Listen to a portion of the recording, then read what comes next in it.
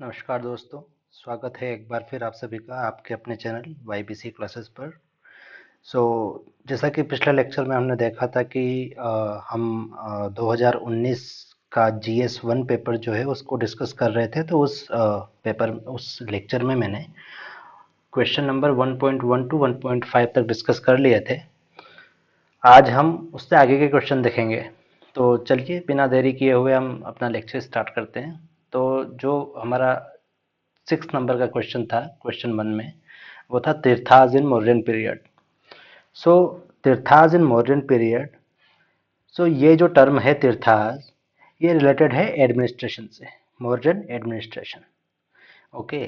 And second thing जो थी, अ, ये जो तीर्थाज थे, तो हम सभी जानते हैं कि जैसे मौर्यन पीरियड शुरुआत हुई, तो भारत में मोनार्की जो था, मोनार्की पीरियड का शुभारंभ हुआ एक तरीके से। मोनार्की हम सभी जानते हैं कि किंग जो है, king king is all powerful and he is the fountain head of justice. So but at the same time as we all know कि मौर्यन पीरियड में ही चाणक्य भी हुए। तो चाणक्य जो थे वो मोनार्की के सपोर्टर थे, लेकिन साथ ही वो ये भी बोलते थे कि एक मंत्री परिषद होना चाहिए। जो मंत्री परिषद है, तो वो जो किंग है उसको सलाह देने के लिए उसका होना जरूरी है। तो जो मंत्री परिषद थी उसमें विभिन्न विभिन्न आपके अधिकारी हुआ करते थे। फॉर एग्जाम्पल सेनापति, दंडाधिकारी, आयुक्तास, अध्यक्षास, समहर्ता। ओके, तो ये सभी जो थे, इन सभी को मिलाकर के क्या बोला जाता था? तीर्थास। तो ऐसे जो टोटल तीर्थास थे उनका नंबर हुआ 18, 18। सो ये हुआ तीर्थास के बारे में। ठीक है। उसके बाद हम चलते हैं अपने अगले क्वेश्चन पर, क्वेश्चन नंबर 7, अनवर ए सुहेली। तो अनवर ए सुहेली जो है, तो ये मेडिइवल इंडिया जो है, मेडिइवल इंडिया में हम जानते हैं कि जब मुगल सल्तनत आई, तो उस दौरान जो हमारे विभिन्न विभिन्न जो पुराण हैं, धर्मशास्त्र हैं, एपिक्स हैं, लाइक कि रामायण, महाभारत, इन सभी का ट्रांसलेशन हुआ। तो अनवर ए सुहेली जो है वो पर्शियन ट्रांसलेशन है किसका? पंचतंत्र का। और इसको जो किया था, उस व्यक्ति का नाम क्या था? हुसैन इब्न अली वेज अल कासिफ। अब ये किसके पीरियड में हुआ था? तो ये हुआ था अकबर महान के पीरियड में।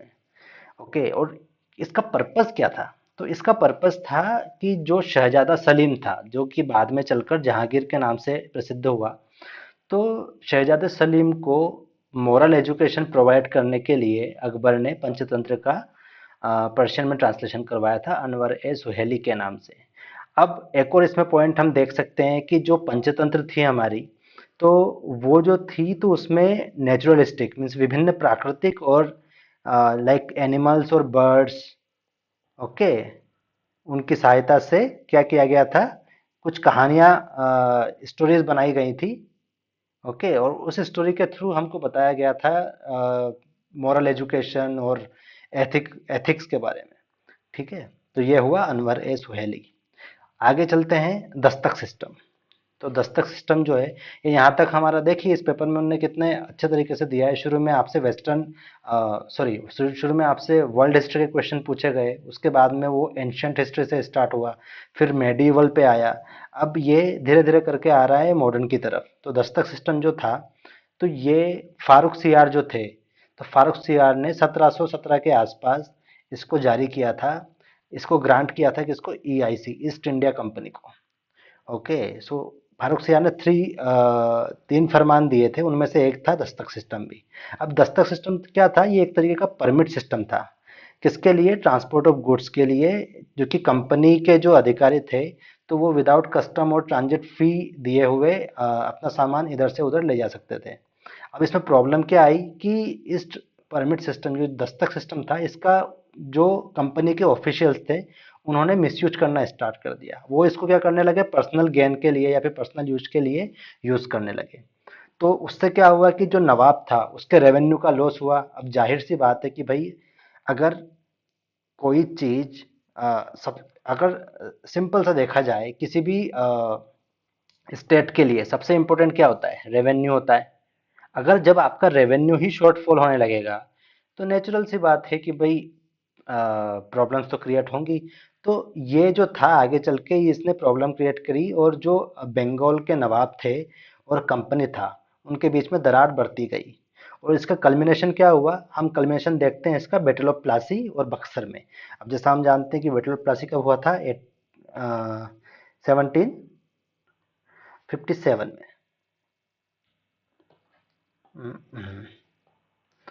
1757 में, और बैटल ऑफ बक्सर कब हुआ था, 1764 के आसपास। ठीक है। और इसका परिणाम क्या हुआ, इन ये जो दोनों बैटल थे और स्पेशली जो बैटल ऑफ बक्सर हुआ, इसके बाद जो दीवानी और निजामत फंक्शंस जो थे वो कंपनी को मिल गए। हम जानते हैं कि बंगाल, बिहार और उड़ीसा, इसके दीवानी राइट्स किसको मिल गए थे, कंपनी को। और जो इलाहाबाद की ट्रीटी हुई थी, ठीक है ना, तो वो सभी ये दस्तक सिस्टम के अंदर हम लिख सकते हैं। अब उसके बाद आता है आपका उलगुलून। तो उलगुलून जो है, तो जो ब्रिटिश पॉलिसीज जो थी, तो उलगुलून एक ट्राइबल रिवोल्ट है। जो ब्रिटिश पॉलिसीज थी उसके अगेंस्ट, ओके, ब्रिटिश पॉलिसीज के अगेंस्ट एक ट्राइबल रिवोल्ट है। और इसको हम दूसरे शब्दों में क्या कह सकते हैं, मुंडा रेबेलियन। ओके। अब इसके महत्वपूर्ण लीडर कौन थे, बिरसा मुंडा, जिनका दूसरा नाम, जिनको प्यार से लोग क्या बुलाते थे, धरती अब्बा। ओके। और ये इसका रीजन अगर हम जानेंगे तो रीजन इसका क्या है, जो साउथ रांची का एरिया है, ओके, जो हजारीबाग प्लाटू वाला रीजन है,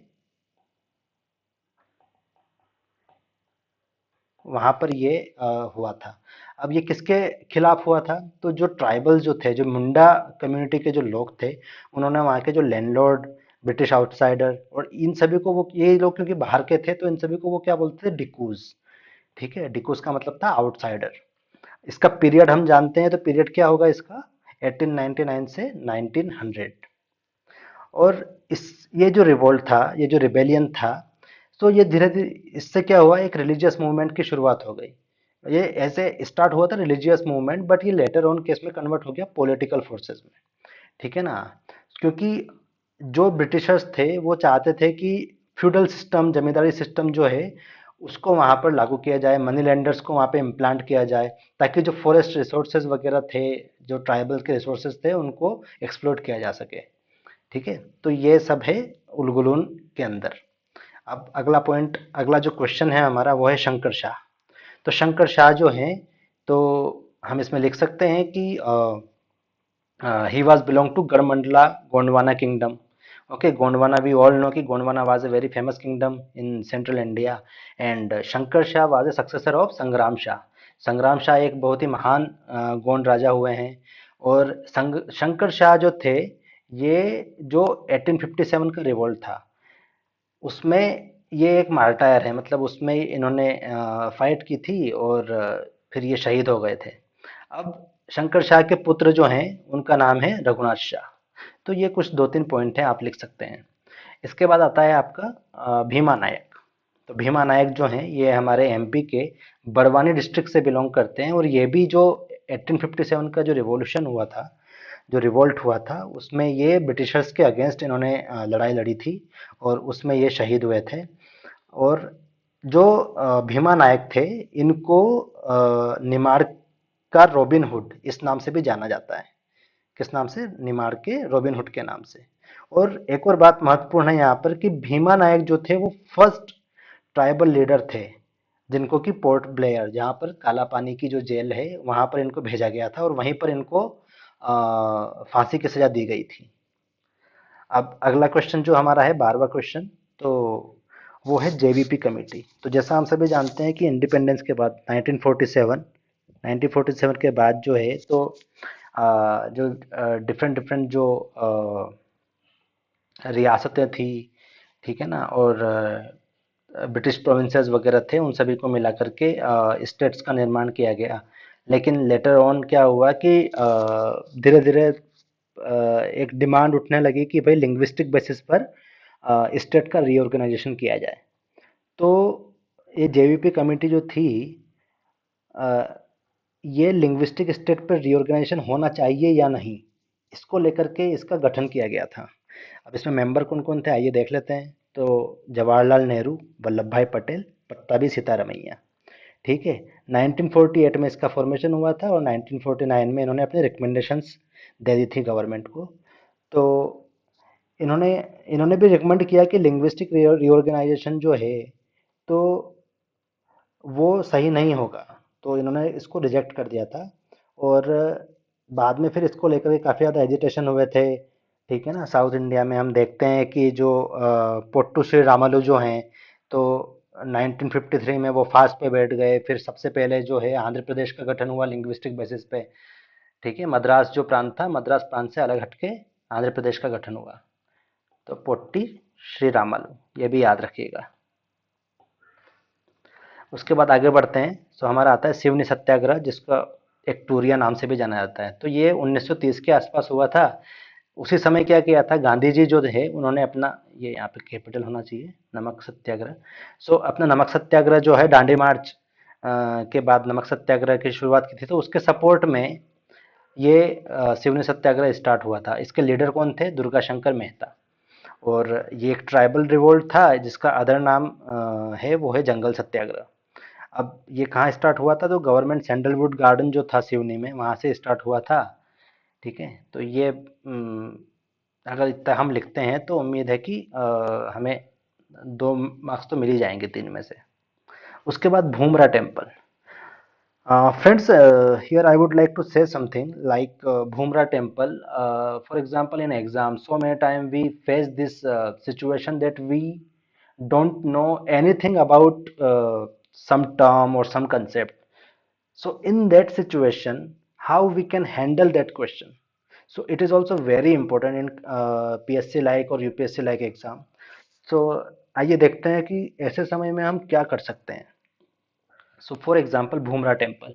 अब हम ये देख रहे हैं कि पिछले 2-3 क्वेश्चन जो थे वो एमपी से हैं, जैसे सिवनी सत्याग्रह है, बाघ के वो भी एमपी में है, भीमा नायक है ये एमपी में है। तो हम एक गेस कर सकते हैं। दूसरी बात है कि भाई एमपीपीएससी का पेपर है।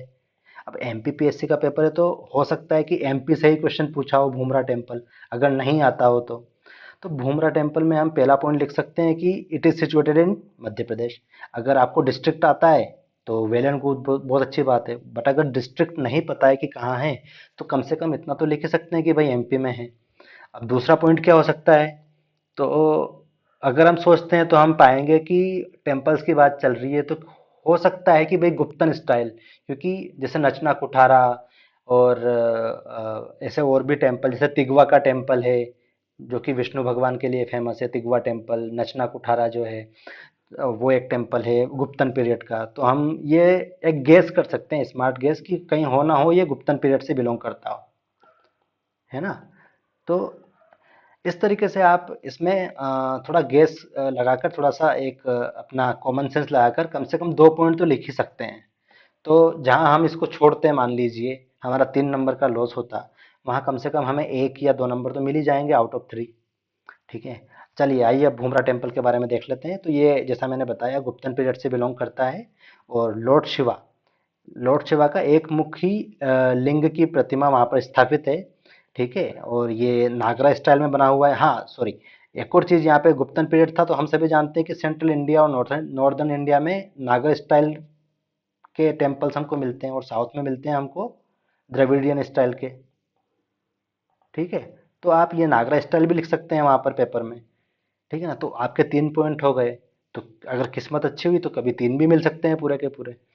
ठीक है, अब चलिए इसको देख लेते हैं वापस से। तो नागरा स्टाइल का ये टेम्पल था, स्क्वायर प्लान इसका था, सेंक्टम था, मंडपा था। ये तो हम जानते ही हैं, किसी भी टेम्पल में भाई सेंक्टम और मंडपा तो होगा ही। और ये कहाँ पर था? सतना में, जो सतना डिस्ट्रिक्ट है हमारा, वहाँ पर ये सिचुएटेड है। अब इसके बाद आगे चलते हैं। आगे आता है हमारा बाघ केव्स। तो बाघ केव जो है, तो ये बाघनी रिवर जो है धार डिस्ट्रिक्ट में, उसके किनारे ये बसा हुआ है। उसके किनारे ये सिचुएटेड है। और ये क्या थी? रॉक कट केव्स थी। रॉक कट केव्स हैं, और ये इसका जो पीरियड है तो वो 4th सेंचुरी से 6th सेंचुरी एडी के दौरान इनका कंस्ट्रक्शन हुआ था। और मेनली जो गुप्तन पीरियड में इसका कंस्ट्रक्शन हुआ। और ये किस लिए फेमस है? ये मुरल पेंटिंग के लिए फेमस है। और एक और बात मैं आपको यहाँ पर बता दूं कि ये जो बाघ केव्स हैं, ये अजंता पेंटिंग जो हैं, अजंता पेंटिंग्स जो हैं उनसे मिलती जुलती पेंटिंग्स यहाँ पर आपको मिलेगी। अब कुछ जो फेमस पेंटिंग है बाग केव की, उनके बारे में अगर हम बात करें तो जैसे गर्ल म्यूजिशियन, एलिफेंट प्रोसेशन, ठीक है ना, ये कुछ यहाँ पर इम्पोर्टेंट और फेमस पेंटिंग्स हैं जो कि देखने को मिलती है। और जो बाग केव्स है यहाँ पर 9 बुद्धिस्ट केव हैं, ठीक है, 9 बुद्धिस्ट केव्स यहाँ पर प्रेजेंट हैं। अब ये जो मुरल पेंटिंग है तो ये टेम्परा जो टेक्निक होती है उसका यूज करके इनको बनाया गया है। तो टेम्परा टेक्निक में क्या होता है ना कि एक जो आपका एक permanent fast drawing painting medium होता है, उसमें क्या होता है कि जो कलर आपका होता है उसको वाटर सोल्यूबल बाइंडर में दिया। तो ये क्या हो सकता है कि जैसे जो हस्क होता है या फिर जो राइस हस्क होता है, ठीक है, या गोबर होता है, तो उसमें कलर वगैरह को मिला करके इसको बनाया जाता था। तो टेम्परा टेक्निक का यहाँ पे यूज किया गया था। तो फ्रेंड्स इसी के साथ ये हमारे जो 3 मार्कर क्वेश्चन हैं ये ख़त्म होते हैं। और अगले लेक्चर में मैं आपके लिए लेकर के आऊँगा जो 6 मार्कर क्वेश्चन थे वो, और आपके 15 मार्कर। तो तब तक के लिए इजाज़त दीजिए और अच्छे से पढ़ाई कीजिए। और मैं टाइम टू टाइम आपके लिए सारे वीडियोस अपलोड करता रहूँगा ताकि आपको एक राइटिंग स्टाइल का थोड़ा आइडिया लगे कि किस तरीके से हम लिख सकते हैं, और अगर हमको कुछ कोई क्वेश्चन नहीं आता है तो हम किस तरह से गेस वर्क कर सकते हैं। ओके, और अगर पॉसिबल हुआ तो मैं एक पूरा वीडियो आपके लिए लेकर के आऊँगा जिसमें मैं आपको बताऊँगा कि जो आपका प्रीलिम्स पेपर है उसमें आप किस तरह से स्मार्ट गेस कर सकते हैं। ओके, और साथ ही आपके मेंस में आंसर स्टाइल आंसर राइटिंग का क्या पैटर्न होना चाहिए, किस तरह से हम अपने क्वेश्चंस को प्रेजेंट करें ताकि हमें मैक्सिमम मार्क्स वहाँ पर मिले। तो चलिए इसी के साथ अ, अभी रात के 12 बज रहे हैं तो चलिए शुभ रात्रि। ओके, मिलते हैं अगले लेक्चर में। Bye bye.